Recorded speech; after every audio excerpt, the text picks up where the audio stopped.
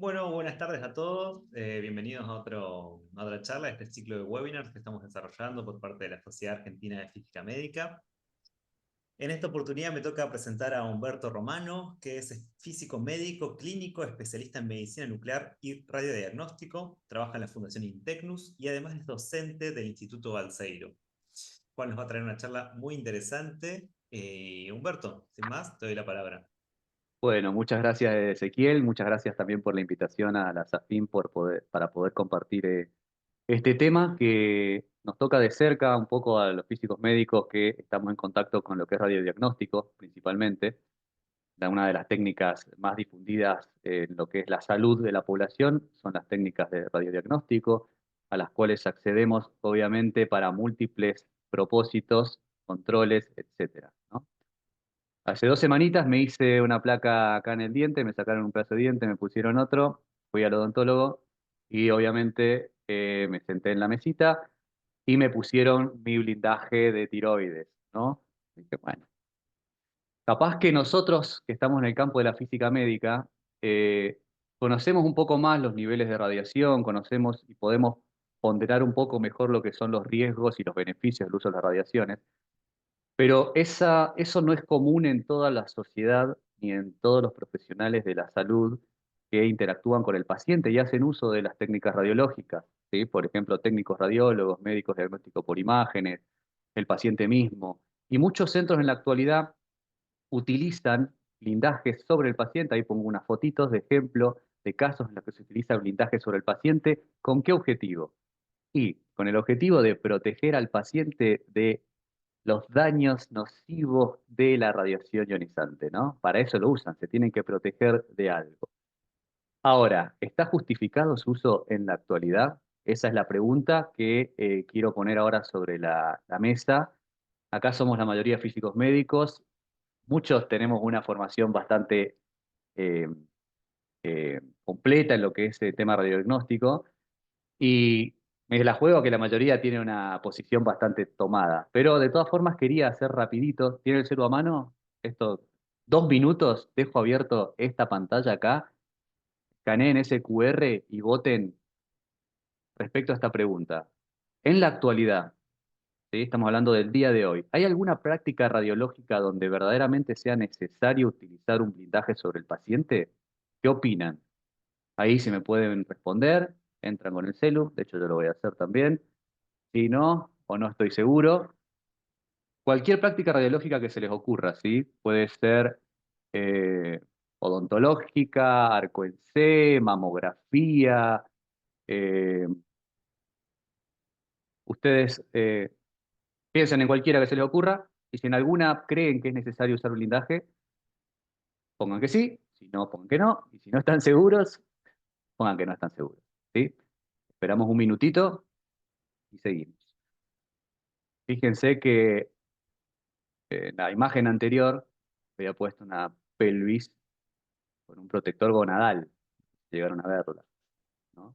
Entonces piensen en la tiroides, piensen en las gónadas, piensen en una mujer embarazada, piensen en el cristalino y respondan y voten lo que les parezca en esta pregunta, ¿sí?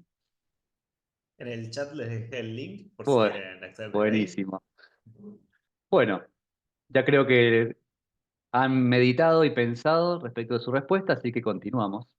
De hecho, esto lo saqué porque me llamó la atención una publicación en un congreso de radiología que se dio en Dublín en el año 2021, donde se hizo exactamente esta misma pregunta a la audiencia y se planteó un debate de los pros y contras de usar blindaje de contacto en paciente. Un señor que estaba a favor, otro señor que estaba en contra, no son cualquiera señores, son expertos radiólogos con mucha trayectoria.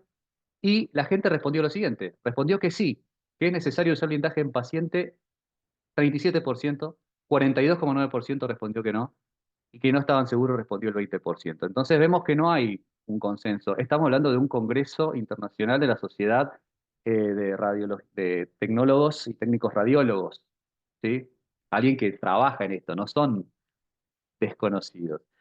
Entonces, esto fue antes del debate. Yo al final de la presentación le voy a mostrar la respuesta después del debate, ¿sí? Entonces, bueno, vamos al core del asunto. ¿Por qué usamos blindajes? ¿Por qué sería necesario poner blindajes sobre un paciente? Y principalmente, justamente, proteger al paciente de los efectos nocivos de la radiación, ¿no? Nosotros sabemos que la radiación ionizante genera una serie de efectos biológicos sobre la persona que va a generar efectos estocásticos, a bajas dosis principalmente, hablamos de efectos estocásticos, que es tener un cáncer radioinducido, efectos hereditarios, son los más estudiados, determinísticos, donde el daño celular a gran escala y la muerte celular genera fallas en tejidos, órganos, etcétera, ¿sí? En el mundo de la radiología, determinísticos podríamos encontrar en un paciente de arco en C, por ejemplo, en fluoroscopía, ¿sí? Pero es casi imposible encontrarlo en cualquiera de las otras de las técnicas de radiodiagnóstico. ¿Qué solemos proteger? Cuando uno quiere proteger al paciente, no es al paciente eh, a veces como en su totalidad, sino ciertos órganos críticos, como por ejemplo las gónadas, para prevenir efectos hereditarios, si está embarazada la mujer, el embrión, el feto, ¿no? Para evitar abortos, malformaciones, la glándula tiroides y las mamas por su alta radiosensibilidad, ¿sí? El cristalino también que ha en el tiempo demostrado ser más radiosensible de lo inicialmente estimado, niños, ¿no? Hay un rubro especial de pacientes pediátricos en los cuales hay que tener especial cuidado. Entonces nosotros utilizaríamos técnicas, blindajes sobre el paciente para disminuir las dosis en estos órganos, lo cual es muy loable, está perfecto. Yo creo que todos estamos de acuerdo en que las dosis tienen que ser tan bajas como sea razonablemente alcanzable, ¿sí? Y justamente, ¿por qué la dosis? Porque la dosis es lo que correlaciona con el efecto producido. Ahora, nosotros que buscamos proteger justamente al paciente respecto a los efectos nocivos de la radiación, ¿qué es lo que buscamos en definitiva? Reducir la dosis. Nosotros ya sabemos como físicos o personas que trabajamos con radiaciones que no es la única forma. Nosotros podemos abordar esto desde otros puntos de vista. Podemos reducir las dosis que recibe el paciente y brindarle la protección necesaria de múltiples maneras. Y el blindaje es solo una de ellas, ¿sí? O sea, acá estamos hablando de recurrir al blindaje para disminuir la dosis, ¿sí? Ahora, ese blindaje, tenemos que hacernos varias preguntas. ¿Disminuye efectivamente la dosis en esos tejidos que queremos proteger? Otra pregunta es, ¿en qué magnitud lo hace? ¿De qué magnitudes estamos hablando? Después, si ese blindaje puede afectar la eficacia del estudio, ¿no? Ese blindaje puede poner en riesgo mi estudio y hacer que no sea efectivo, eficaz, que no sirva para lo que lo necesito. Entonces, teniendo en cuenta estas preguntas, es que vamos a abordar este tema, ¿sí? Nosotros, como físicos, tenemos una caja de herramientas para bajar las dosis recibidas por el paciente de múltiples maneras. ¿En qué lugar pondrían el blindaje ustedes? Piénsenlo. Podemos bajar la dosis, proteger al paciente con modulación de corriente en tomografía, una mejor colimación, ¿sí? Tecnología más avanzada, en todo lo que es la técnica de los kilovoltajes, de ver qué fases son necesarias en un abdomen, una tomografía de múltiples fases, alguna fase puede no ser necesaria, etcétera, ¿no? Hay muchas. ¿Dónde colocamos el blindaje? Para eso tenemos que saber qué tanto aporta el blindaje, ¿no? Y estar capacitados, comunicarnos con el equipo de trabajo. El físico no está sobre el paciente generalmente. El que está con el paciente generalmente son los técnicos, son los médicos, ¿sí? Entonces, eh, formar un grupo que trabaje de manera interdisciplinaria es fundamental para tomar la mejor decisión respecto de este tema. ¿De qué tanta dosis estamos hablando? O sea, el paciente paga un precio por hacerse un estudio de radiodiagnóstico, nosotros, porque vamos a tener un beneficio. Ese precio no digo que sea económico, bueno, sí, sale una plata hacerse un estudio, obviamente, pero recibir una dosis de radiación es un costo que el paciente asume debido al riesgo al que se expone, ¿no?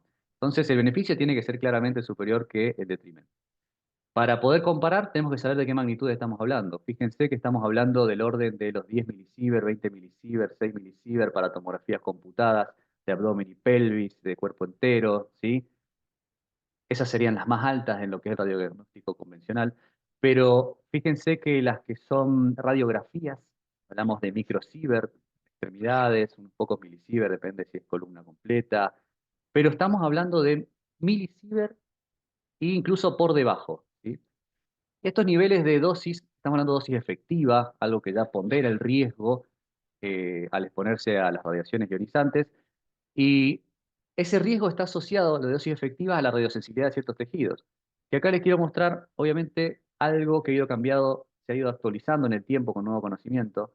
Originalmente se pensaba que las gónadas tenían mucha radiosensibilidad. Ese número de las gónadas ha ido disminuyendo a lo largo del tiempo.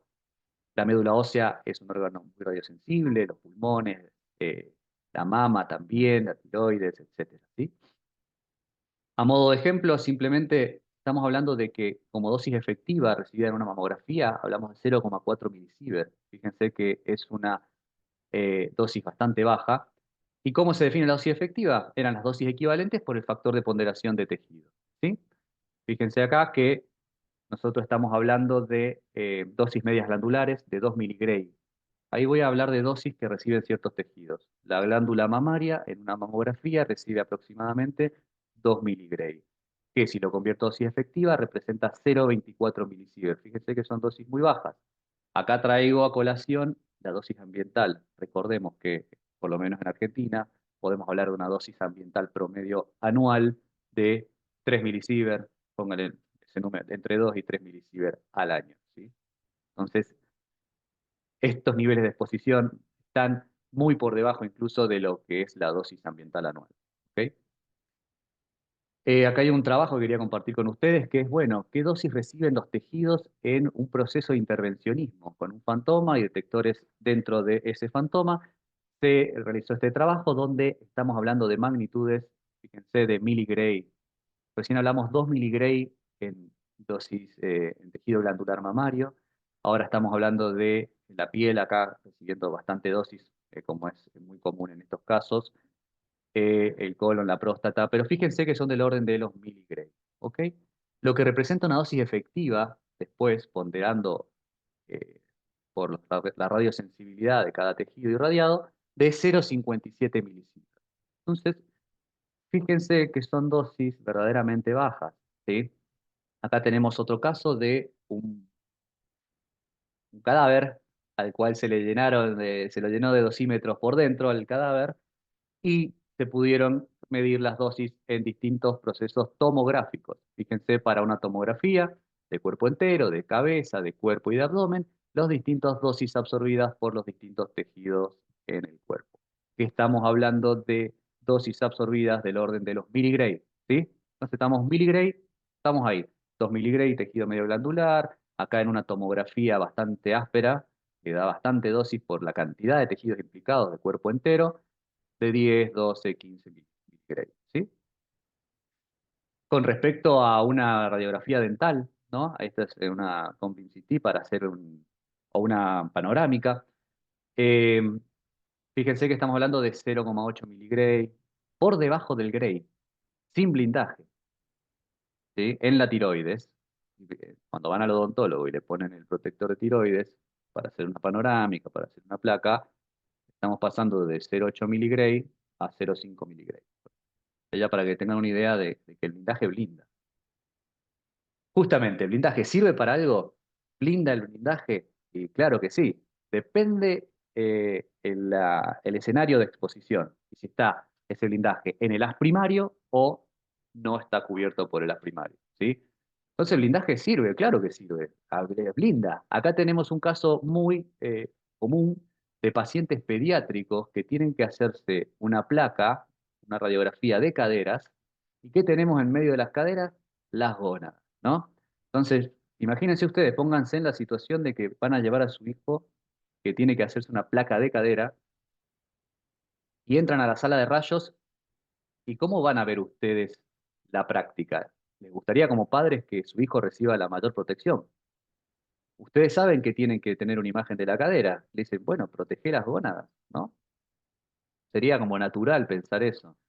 Yo como padre, obviamente, diría, che, este chico tiene 3 años, 2 años, y fíjense que el blindaje funciona. ¿Por qué? Porque vamos a un niño de recién nacido, ¿no? En los testículos, fíjense que la dosis baja de 0,16 miligray a 0,016 miligray. O sea, es una reducción del 90%. Si yo te lo digo así, comprás, ¿no? Decís, che, vamos a usar blindaje en las gónadas de mi hijo de recién nacido para disminuir las dosis en gónada de un 90%. O sea, yo compro, digo, úsenlo con ese argumento. Igual presten atención a las magnitudes de las dosis que estamos hablando. 0,16 miligramos. Está bien, estamos reduciendo 90%, pero estamos pasando de algo que es bastante bajo a algo mucho más bajo. ¿Sí? Vayan pensando también, y bueno, pero está bien, eh, los efectos estocásticos no tienen umbral. Yo quiero que sea lo más bajo posible. Es una opción válida, ¿no? Vayan pensando esas cosas. Obviamente esto funciona si lo usamos correctamente. Hay que ubicar bien el blindaje en los testículos. En los hombres es más fácil porque suelen estar visibles o uno puede acomodarlos de una manera más sencilla que en un ovario. Y acá quiero mostrar algo. Préstenme atención en esta parte. La diferencia entre testículos y ovarios. ¿Por qué si blindo los ovarios tengo menor protección que si blindo los testículos? Porque tenemos una relación de As primario scatter diferente. En los testículos básicamente toda la dosis viene por As primario. En los ovarios tenemos por As primario y por scatter. Acá está SPR, es la relación scatter y As primario. Fíjense que tenemos más contribución de scatter en los ovarios. Entonces, acá estamos viendo cómo el blindaje pierde efectividad cuando eh, lo que queremos proteger está dentro del cuerpo y el As primario abarca un área del cuerpo que hace que el scatter sea una contribución mucho más importante. Acá hay otro trabajo donde en una mamografía dice, bueno, vas a irradiar una mama, pongo un blindaje en la otra para que la otra no reciba la radiación dispersa de la mama. Y claro, tenemos una reducción de 5,88 milisievert, en este caso pues está TLD midiendo dosis equivalente, a 0,42. Entonces, che, acá también hay una disminución de la dosis en la cara medial de la otra mama que va a recibir protección. Entonces, el blindaje sí, por supuesto que blinda. O sea, y va a generar, bien utilizado, una disminución de la dosis en los tejidos que queremos proteger. ¿Sí? Eso no estaría en discusión. Pero hay veces que no es tan efectivo el blindaje. Cuando está las primario o en estas situaciones que acabo de exponer, son muy efectivos, pero en otros casos no tanto. Por ejemplo, una tomografía a una mujer embarazada, que simplemente necesitamos hacer una tomografía de tórax. A ver, ¿qué se suele hacer? Colocar un blindaje plomado sobre el vientre de la mujer embarazada. Si la zona de irradiación es el tórax, se espera que la radiación primaria al útero sea muy baja. La radiación primaria está en esta zona. ¿Qué es lo que puede llegar al útero? El escáter. Y el escáter va por dentro del cuerpo. Por lo tanto, el blindaje no aporta prácticamente ningún tipo de protección al útero. ¿Qué sería más efectivo en este caso? Vamos a usar otra estrategia. Acá tenemos un- una tomografía de abdomen. A la izquierda, esa tomografía de abdomen fue hecha con una longitud de barrido de 24 centímetros. Ven, la caja roja cubre 24 centímetros. Acá abajo está el útero, ¿sí? Está fuera del haz primario de radiación. Y a la derecha, simplemente lo que se hizo fue ajustar mejor la longitud de barrido de la tomografía 3 centímetros por encima del útero. Fíjense, para 24 centímetros, la dosis en útero fue 1,9 miligramos. Y para 21,5 centímetros bajó a 1. O sea que tuvimos una reducción de casi el 50% de la dosis en útero, solo acortando la longitud de barrido de la tomografía. Eso es mucho más eficiente que colocar un blindaje sobre el vientre de la mujer. Y en este caso el blindaje no tiene sentido a los fines de proteger. En los casos anteriores que mostré, sí, sí que lo tenía. Ahora, ya viendo los niveles de dosis que estamos manejando, viendo las estrategias que hay para reducir estas dosis, que una de ellas es el blindaje, pero hay muchas otras que el físico médico puede echar mano. ¿Cuáles son los riesgos reales que tienen estos niveles de dosis? Nosotros hemos hablado ya esto seguramente lo han visto mucho, pero lo que son bajas dosis, por debajo de los 100 milisievert, la información que tenemos, efectos estocásticos, es decir, incidencia de cáncer por exposición a la radiación, la información que tenemos la tenemos para altas dosis, por arriba de los 100 milisievert, donde está esa famosa pendiente de que por cada ciber de dosis efectiva, la incidencia de cáncer sube en 5%. sea, un ciber, 5%, a lo que ya tenemos de base. La incidencia de cáncer a nivel mundial está 30% y mientras más vivamos, más va a ser, más alta va a ser. Pero a niveles de dosis bajo, por debajo de los 100 milisievert, la verdad es que hay un consenso, que es usar el modelo lineal sin umbral, de la protección radiológica se usa mucho, el linear no threshold, es decir, que por más baja que sea la dosis, es una extrapolación lineal de los riesgos a dosis cero. ¿Qué significa?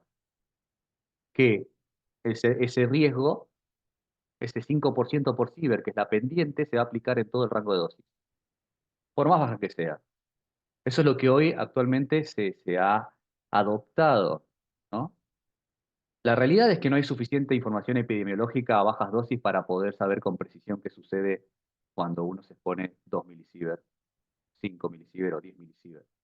Hay teorías que dicen que incluso el riesgo de incidencia en cáncer baja, que es la hormesis, seguro han escuchado hablar de ese tema, para bajas dosis. Es una teoría. Hoy por hoy lo que se adopta es la extrapolación lineal. Tenemos datos, hay una relación entre la incidencia de cáncer y la dosis recibida, pero esa relación hay que ver si se cumple a estas bajas dosis. Hoy por hoy asumimos el linear no threshold como criterio. Entonces, imaginen ustedes, aplicamos esta cuenta y ahí harán la cuenta. 5% por ciber, ¿qué pasa si me radio 1 milisievert? ¿Sí? 0,0005% de incidencia adicional. ¿Sí? Acá juega un rol muy importante lo que es la radiobiología y la epidemiología. Y lo que pasa con este modelo está en constante discusión en la actualidad. Y hablando de las altas dosis, sí, acá tenemos los efectos determinísticos, pero fíjense que tenemos que tener dosis por arriba de los 100 miligray para tener efectos determinísticos, ya sea en la piel, en los testículos, en los ovarios, en el cristalino, en la médula ósea, ¿sí? Estamos hablando de 100 miligray para arriba. Y recién estuvimos hablando de que no pasamos del orden de las 20 miligray en alguna tomografía en estos tejidos. ¿Dónde hay que tener cuidado? Las tomografías de abdomen de múltiples fases o de cuerpo entero de múltiples fases, eso si repetís muchas veces, y sí, podés llegar a niveles bastante altos, y eso hay que tener cuidado. Pero el blindaje no es una solución en ese caso, ¿sí? Por lo que vimos recién de la radiación dispersa dentro del cuerpo. Así que ya tenemos el escenario un poco más completo. ¿Y qué es lo que pasó? Ya para ir cerrando, porque esto invita más a la reflexión que a la cuestión técnica de lo que es la física, las dosis, etcétera. Ya vimos que son dosis bajas, ya vimos que el blindaje puede reducir las dosis en ciertos escenarios de radiación. ¿Qué recomiendan las instituciones sobre esto? Yo tengo una opinión formada de este tema. La mayoría de los físicos apuntamos a decir, no hace falta blindaje.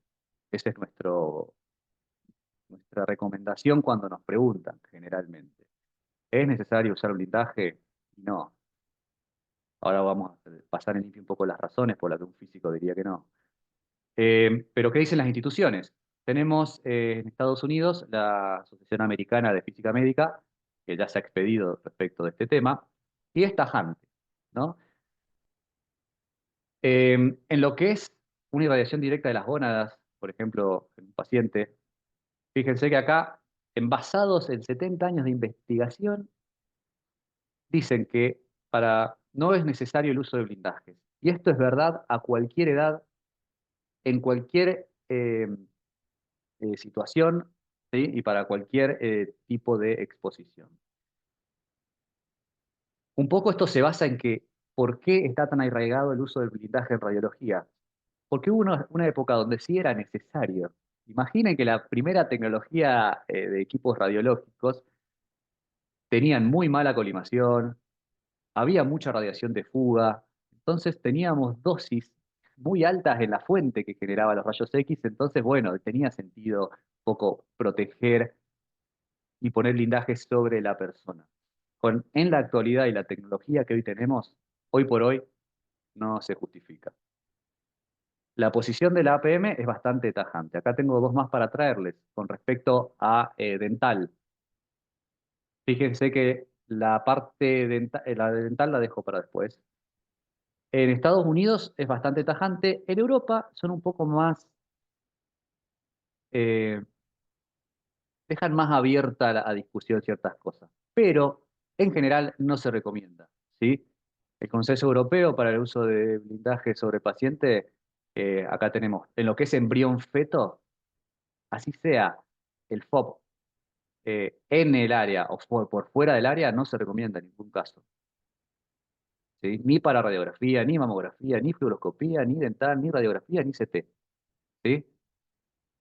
En lo que es gónadas, tampoco. En lo que es mama, tampoco.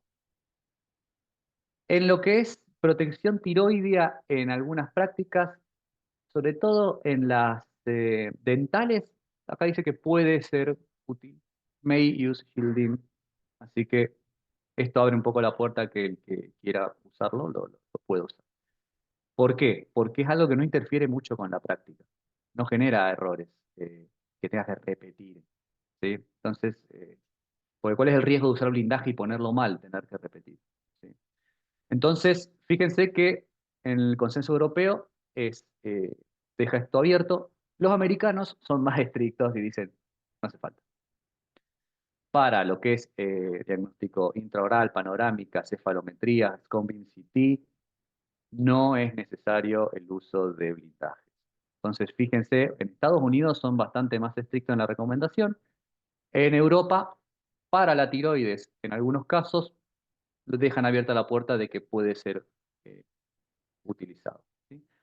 Ahora déjenme contarles cómo salió el debate. Este debate que se dio en el marco de este congreso, de la Sociedad Internacional de Radiólogos, técnicos radiólogos, eh, empezó así, ¿no? 37% decían que sí, 42% decían que no. Estas dos personas expusieron sus argumentos y al final se volvió a repetir la votación.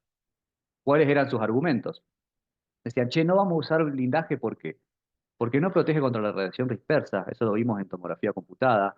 Puede perjudicar la técnica de que salga mal el estudio, porque capaz que el blindaje tapa un área de la modulación de corriente y hace que el equipo quiera usar más corriente, generar artefactos de dispersión raros, ¿sí? Entonces, puede afectar la eficacia. No protege contra la radiación interna. Implica dosis, son dosis muy bajas del radiodiagnóstico, ¿no? Imposible generar efectos determinísticos. El modelo lineal sin umbral está bien, bueno, pero la verdad que a tan bajas dosis todavía hay un debate, ¿no? El blindaje puede ser incómodo para el paciente, ¿sí? Después resulta ser que ciertos tejidos en el tiempo se ha demostrado que son menos radiosensibles de lo que se pensaba, por ejemplo, las gónadas. Y que usar blindajes era cuando los equipos eran viejos, la colimación era mala y había radiación de fuga, entonces ahí sí valía la pena. Esos son un poco el resumen que les traigo de eh, los argumentos contra el no. Pero hay argumentos contra el sí. Y el argumento contra el sí dice que, a ver, está probado que el blindaje disminuye la dosis por radiación primaria en ciertos tejidos. Lo vimos recién en las gónadas. Dice, ¿por qué no usarlos? Si el personal lo sabe usar bien, ¿por qué va a haber un error en la técnica? ¿No? Dice, lo posicionan bien, lo usan, yo le estoy ahorrando un 90% de dosis en gónada a mi bebé o a mi hijo de 1 año. Es válido. Los pacientes también tienen una idea. Nosotros somos físicos y tenemos una ponderación de estas cosas, pero la población en general a veces no tiene información y le tiene miedo a las radiaciones. Y bueno, el paciente se va a sentir mal, va a tener ansiedad, cuestiones psicológicas, que va a hacer que el paciente lo exija a veces. Porque capaz en otros centros se lo pusieron y vienen acá y acá resulta que el físico ganó la pulseada y dijo, no, no hace falta. Pero dice, che, pero acá no me lo están poniendo, ¿sí? Después dice, colocar el protector de plomo no requiere mucho esfuerzo. Hay que saber ponerlo y listo, ¿sí? Y que dice que acá, que bueno, hay cada vez más repetidas exposiciones a la radiación de las personas y que hay que utilizarlo. Bien utilizado, aporta un beneficio para el paciente. Ahí tenemos los dos argumentos. Después del debate, ¿qué pasó? Y volvieron a hacer la encuesta y se ve que alguien tuvo mejores argumentos, pero los convenció a que sí, a que respondan que sí. Podría ser necesario utilizar blindaje sobre paciente en ciertos casos. Eh, y bueno, esto me llamó la atención a mí también porque en realidad nosotros como físicos y por el conocimiento que tenemos y por cómo podemos mejorar la práctica radiológica usando otras cosas que no son blindaje, entendiendo los riesgos que conlleva, eh, al menos en mi caso, mi opinión personal es estar muy alineado a las recomendaciones americanas. No es necesario el uso del blindaje en ninguna circunstancia de exposición radiológica. Eh, pero bueno, es un tema que es debatible. Hay argumentos a favor y en contra, y bueno, cada uno de ustedes tendrá su opinión y lo puede debatir con el grupo de trabajo que considera lo mejor. Hay que tener en cuenta otras cuestiones como los conflictos que uno puede llegar a tener con el paciente. Acá nos ha pasado de que el padre entra con el hijo y si no le ponen un blindaje en las gónadas, viene la queja y lo va a exigir. Nos ha pasado y bueno, puede traer problemas. Entonces sí, bueno, lo voy a poner. Entonces, pero ahí estás alimentando un temor que capaz que no está tan bien producto de la desinformación. Entonces, ¿cómo nos manejamos? Es un desafío también para los físicos y los centros de radiología. Caso cerrado, y uno tiene una opinión formada, y qué sé yo, si me preguntás a mí te voy a decir que no, pero no es para pararme y decir, no, todos tienen que hacer lo que uno piensa, no todos tienen la formación y conocimiento de un físico, y hay que tener esas otras cuestiones en consideración para poder tomar una decisión. Así que bueno, muchas gracias. Eso era lo que tenía para compartir con ustedes.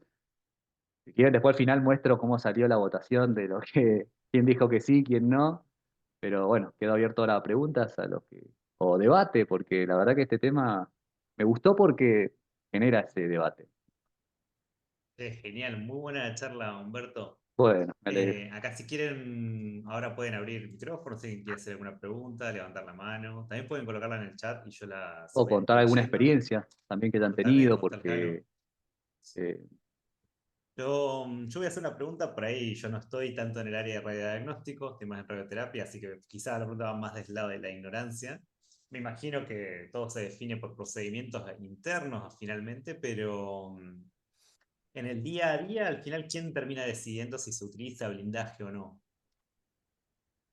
bueno, ahí nosotros lo que buscamos, al menos desde acá en Integnus, es que prime un poco el aporte del físico médico y que se trate de explicar a la persona de que no es necesario el blindaje porque tenemos otras formas de protegerlo de una mejor manera, de que puede perjudicar el estudio porque nos pasó con una nena, porque ¿cómo pones el blindaje sobre los ovarios? En los testículos puede ser más fácil, pero en los ovarios no todos los ovarios están en la misma posición, es complicado. Entonces, y eso puede poner en riesgo la técnica porque tapás un poco la cadera, y tenés que repetir. Entonces, si tenés el tiempo y la paciencia y la persona que entra eh, lo pide, vos le explicás, generalmente entienden y se lo hacen sin y confían en uno. Si no es en uno, es en los técnicos, que uno tiene que comentarles cómo actuar en estos casos. Y Perfecto. cuando se pone muy conflictivo el asunto y dicen, mirá, legalmente tienen que ponerlo porque sí, porque, bueno, se suele a veces, bueno, lo hemos hecho de hacer lo que se pide y bueno, si no, generás un estrés y un daño psicológico, no sé cómo decirlo, muy grande. Pensá que ese padre va a decir, che, mi chico va a tener problema hereditario o cáncer o algo porque no le pusieron un protector. Complicado. Pero la primera opción es no, no. Por defecto es no.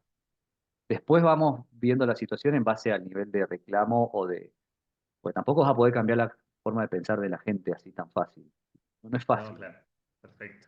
Sus temores son válidos. O sea, no hay que menospreciar eso. Y si se puede hacer Sí, el sí. estudio bien, pues, teniendo en cuenta sus planteos, se hace.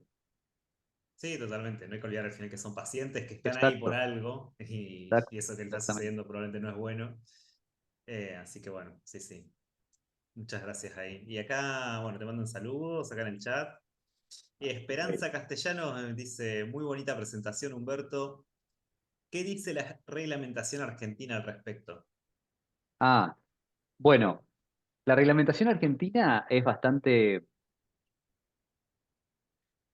a ver, no dice que hay que hacerlo, que hay que poner un... Pues justamente en lo que es paciente, no hay un... Bueno, obviamente no están los límites, sino niveles de referencia, buenas prácticas. Y al ser esto visto como una práctica más de optimización o de sistema de calidad, de buena atención, no es que hay una legislación que te obliga, así, che, tenés que usar. Sí te obligan a hacer optimización.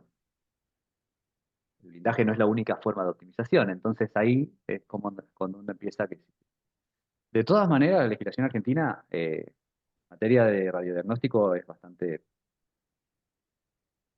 floja, no sé, desactualizada.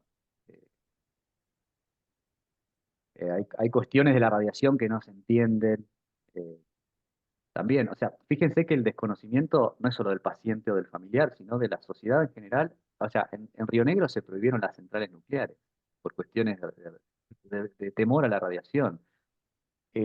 Bueno, acá están lo que son las licencias profilácticas también para los técnicos radiólogos, incluso los que no están en arco en C, que es donde el escenario donde más se pueden irradiar, y a veces vos escarbás un poco en el sentido de esa normativa y decís, bueno, capaz que se podría rever, pero bueno, obviamente nadie va a tocar eso porque es un beneficio muy, muy lindo del rubro, pero es como que consideran la radiación ionizante, por más baja que sea la dosis, como un veneno, básicamente, y eso está en toda la población, y eso hace que se exijan protecciones a veces eh, por demás. Pero bueno, Sí, también es una forma que uno, la empresa, el gobierno, lo que fuere, tiene de resguardarse ante cualquier cosa que suceda.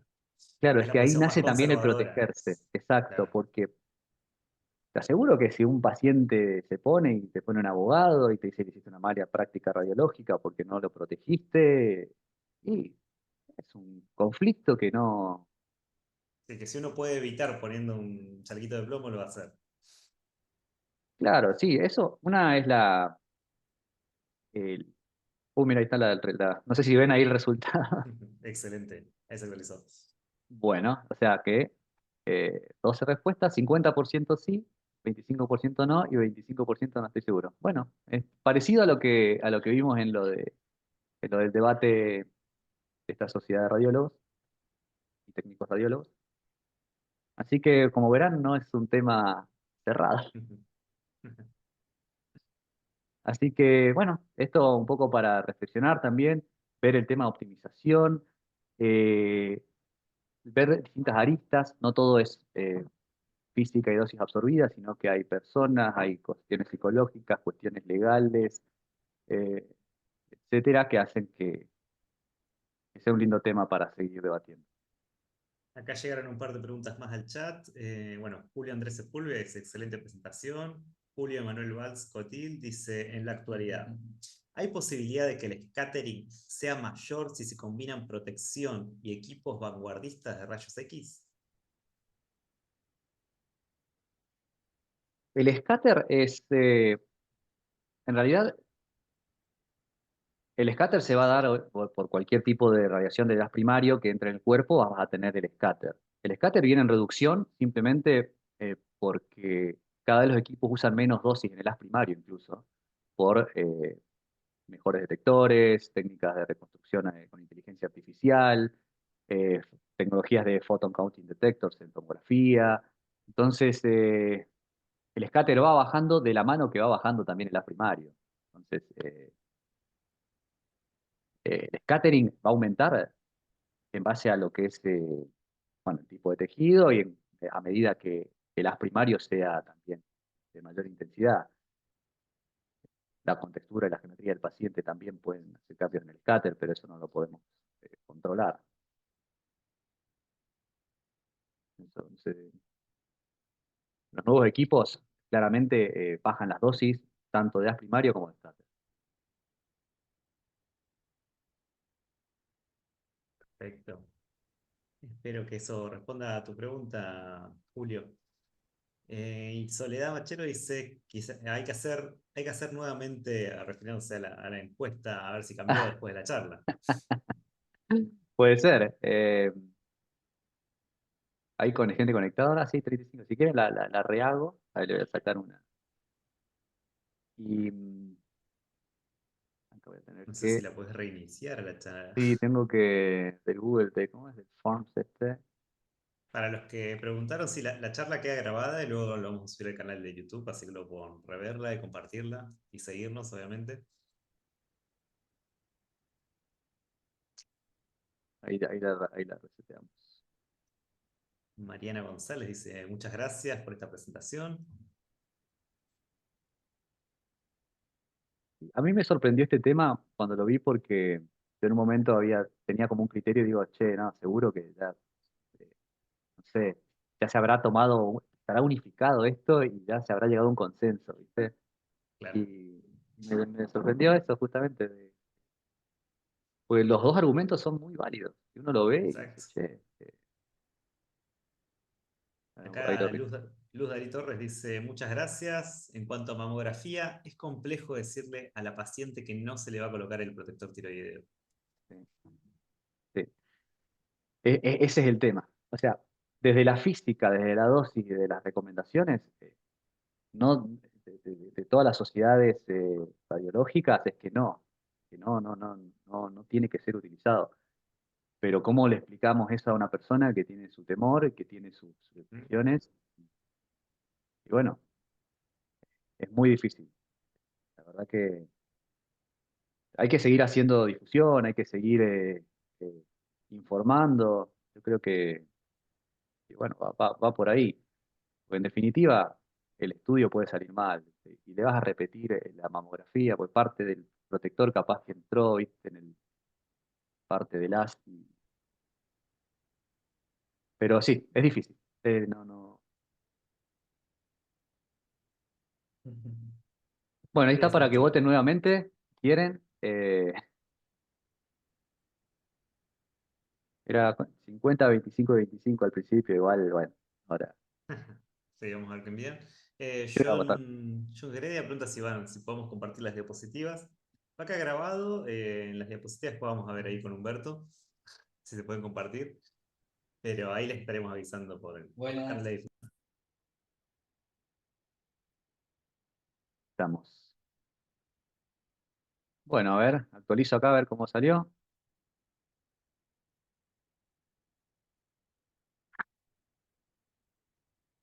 Igual, nadie cambió de opinión.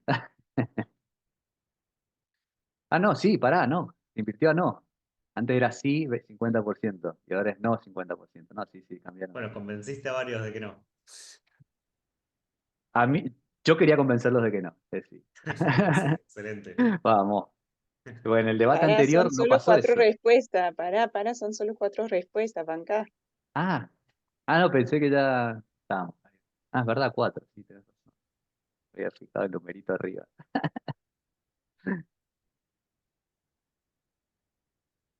Bueno, pero ya confesé lo que yo quería hacer, ¿viste?